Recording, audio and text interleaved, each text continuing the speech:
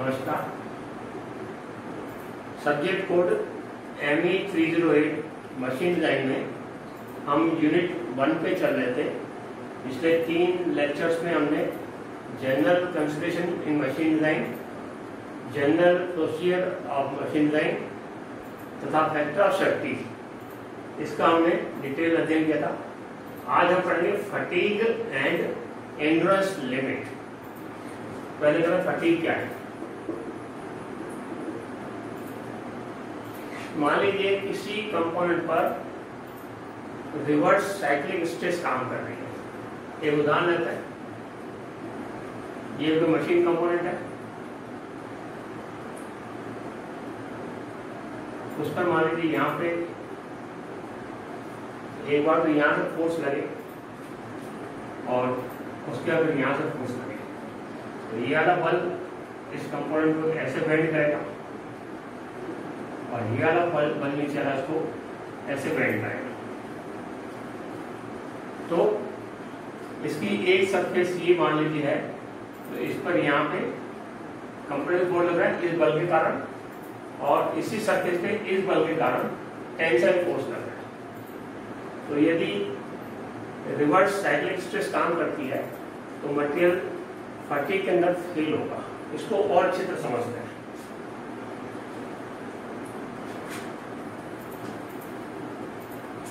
Fatigue क्या है? Failure of material under reverse cyclic stress.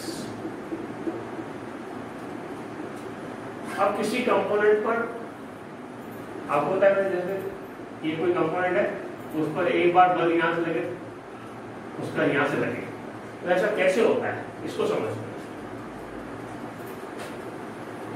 मान लीजिए कोई कंपोनेंट है,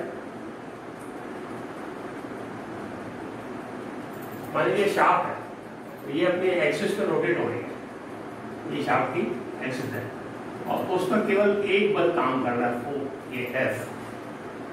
तो ये F बल हमेशा ऊपर से नीचे की ओर काम कर रहा है और शाफ्ट रोटेट हो रही है। तो कल्पना करें कि शाफ्ट की ये कोई एज है, ये सिलेंडर की शाफ्ट होती है, ऊपर की जो लाइन है शाफ्ट रोटेट हो रही, बल यहाँ लग रहा है। अब ये रोटेट होगा तो ये लाइन नीचे आ जाएगी, तो पहले जो बल हमेशा यहीं लगेगा, तो पहले इस लाइन पे कंप्रेसिव फोर्स का आधे चक्कर बाद पे ये लाइन यहाँ आ गई तो टेंसाइल फोर्स हो जाएगा, फिर अगले आधे चक्कर में उसके कंप्रेसिव फोर्स आएगा।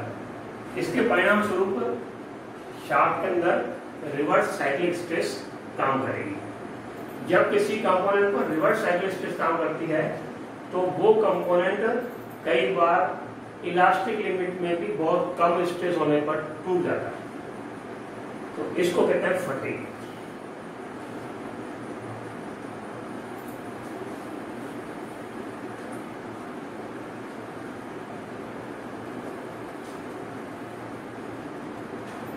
मशीनों के अंदर कई ऐसे कंपोनेंट होते हैं जिस पर इस प्रकार की स्ट्रेस कार्य करती है।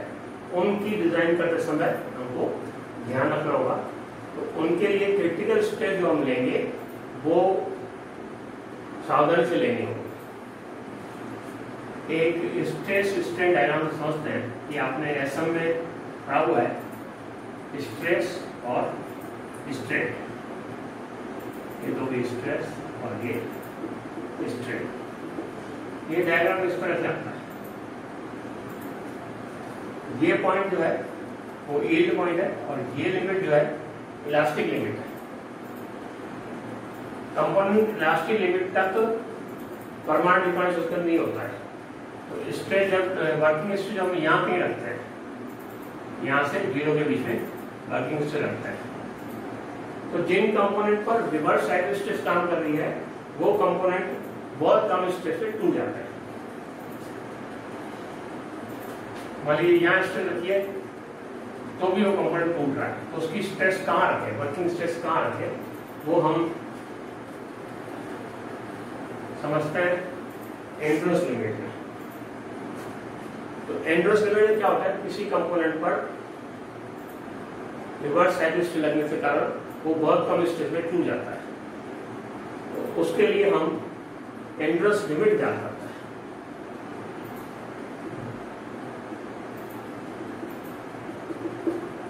हैं। एंड्रस लिमिट वो लिमिट है जिसके अंतर्गत अगर स्ट्रेस लगती है, इसकी सीमा में अगर स्ट्रेस लगेगी तो कंपोनेंट कभी नहीं टूटेगा। तो एंड्रस लिमिट कैसे ज्ञात करते हैं? किसी भी कंपोनेंट की एंड्रस लिमिट ज्ञात करने के लिए हमको क्या करना होता है, एक टेस्ट स्पेसिमेन लेंगे जिसका शेप इस तरह का होता है।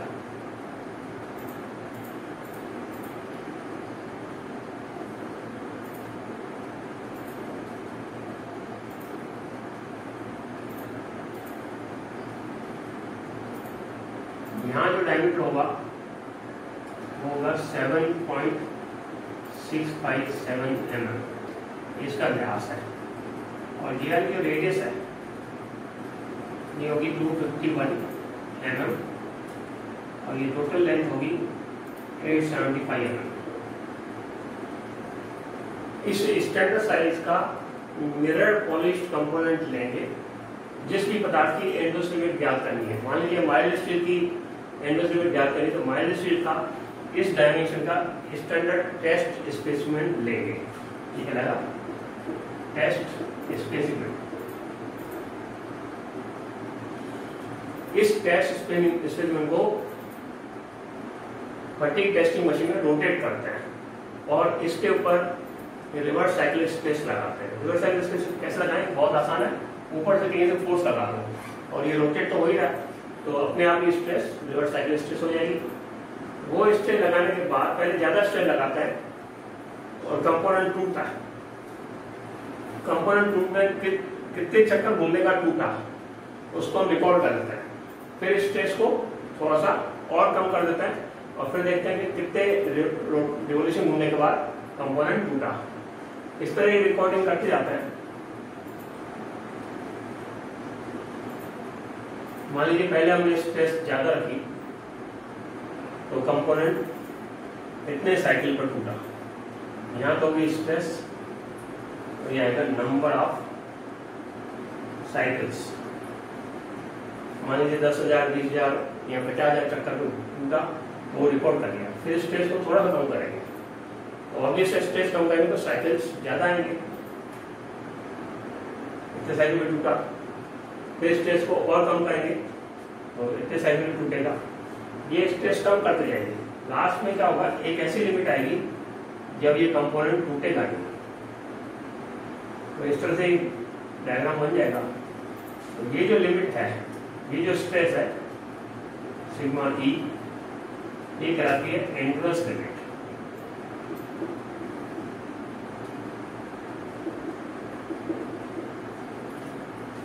इस लिमिट के अंदर कंपोनेंट के अंदर वर्किंग स्ट्रेस रखेंगे तो वो कभी भी नहीं टूटेगा। ये लगभग 10⁻⁷ साइकिल्स तक कंपोनेंट नहीं टूटता है तो ये माना जाता है कि ये आगे नहीं टूटेगा। तो ये हो गया एंड्रस limit.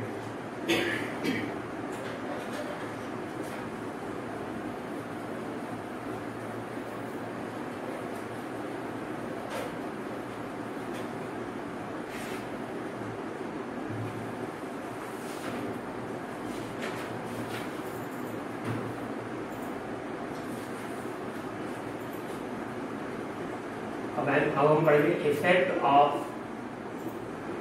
Load on endurance limit.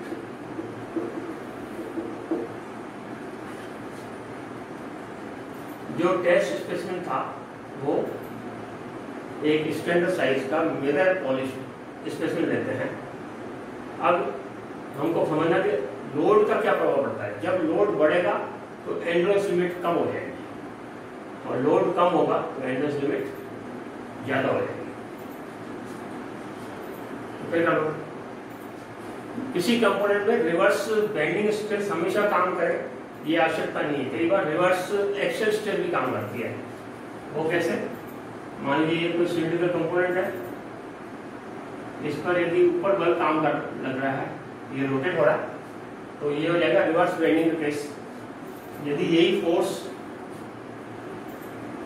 Action दिशा में लगता है, एक बार यहाँ लगता है और एक बार यहाँ लगता है, तो ये हो जाएगी reverse axial stress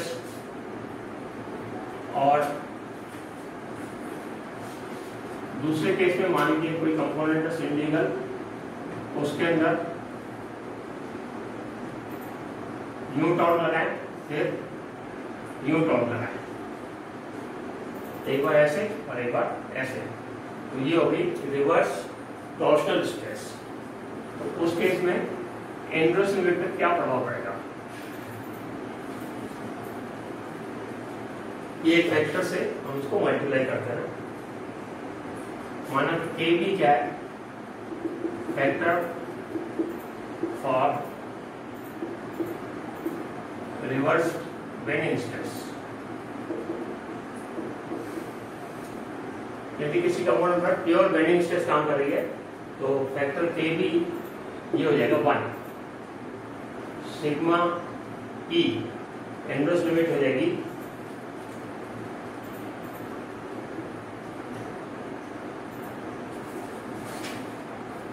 sigma E B बराबर सिग्मा ई इंटू के बी।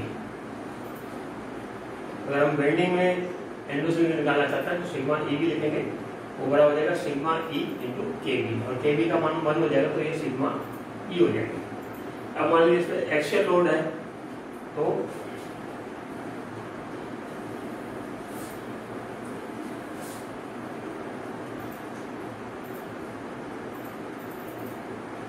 सिग्मा ई ए, एक्शियल लोड है तो सिग्मा ई ए बराबर हो जाएगा सिग्मा ई बी इंटू के ए। के ए क्या है? फैक्टर और एक्शियल लोड।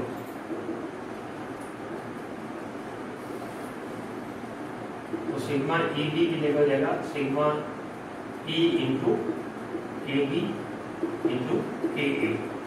तो के बी का मान 1 हो जाएगा सिग्मा ई इंटू 1 इंटू के ए, और के ए का मान जो है वो लगभग 0.8 होगा, तो एंड्रोस लिमिट 80% कम हो जाएगी।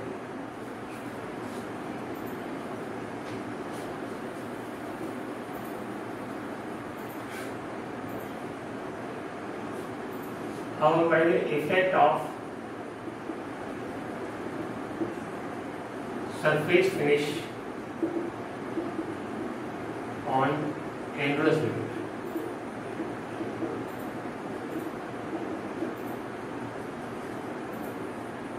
इस टॉपिक के शुरू में आपको बताया था जो टेस्ट स्पेसिमेन हम लेते हैं वो कंप्लीटली मिरर पॉलिश होता है, बिल्कुल चमकीला, जैसे ये पॉलिश है बिल्कुल मिरर पॉलिश इसमें होना चाहिए। इसके अंदर कोई भी क्रैक या कोई भी रफनेस नहीं होनी चाहिए, जहां रफनेस हुई वहीं से फेलियर स्टार्ट हो जाता है।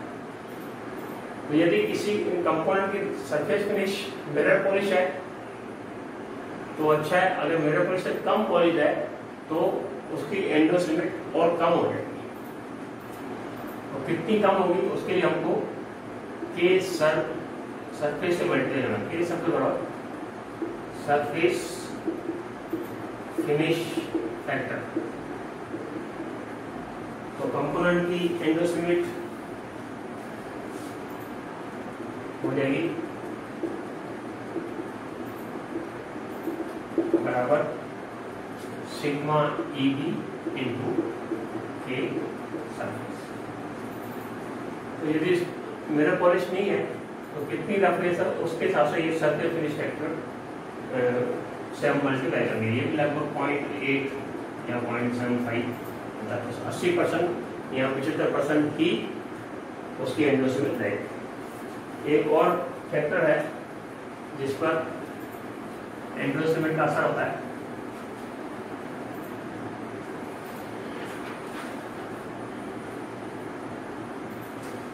Effect of size on Andros limit.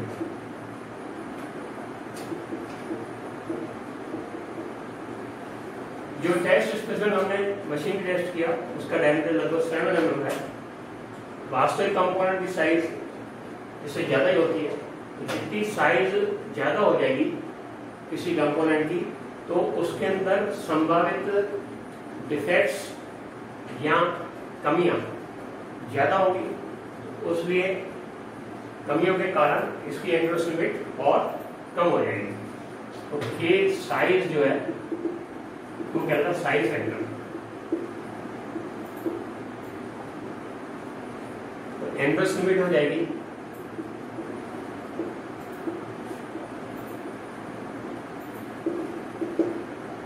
एंडोस limit होगी sigma E B multiply by K size. Sigma E B क्या है? बेंडिंग के अंदर एंडोस लिमिट प्योर बेंडिंग के अंदर, सो के साइज से मल्टीप्लाई करेंगे।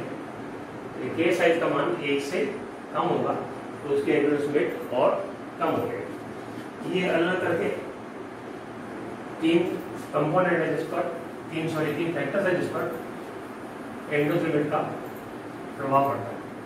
एंडोस पर जिनका प्रभाव पड़ता है तो 3 फैक्टर्स हैं, साइज, सरफेस रफनेस और load.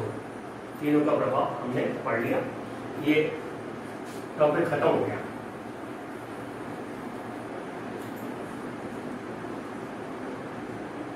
Fatigue and endurance limit. इसका जो हिंदी नाम है वो इस तरह से शांति कहते हैं इसको, शांति।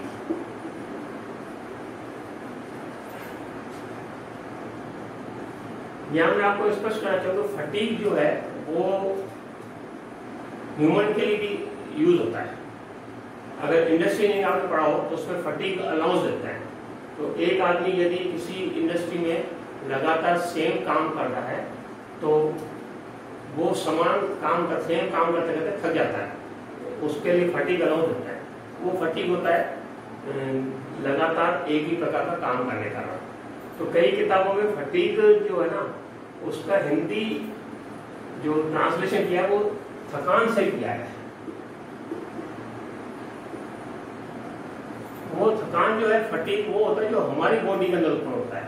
तो आप कभी भी फटीग को हिंदी में थकान नहीं लिखें।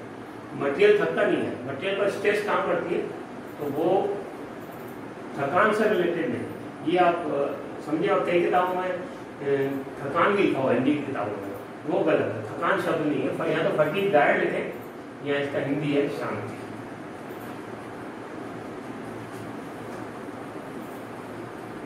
अब यूनिट 1 में था अपना इंट्रोडक्शन। हमने क्या क्या पढ़ लिया? General consideration machine design, general procedure in machine design, factor of safety, fatigue and endurance limit. Last topic में हम पढ़ेंगे स्ट्रेस कंसंट्रेशन। हिंदी में कहेंगे इसको प्रतिबल सांद्रता, स्ट्रेस कंसंट्रेशन। ये जो टॉपिक है लास्ट टॉपिक इस चैप्टर का, वो हम नेक्स्ट पीरियड में पढ़ेंगे। Thank you.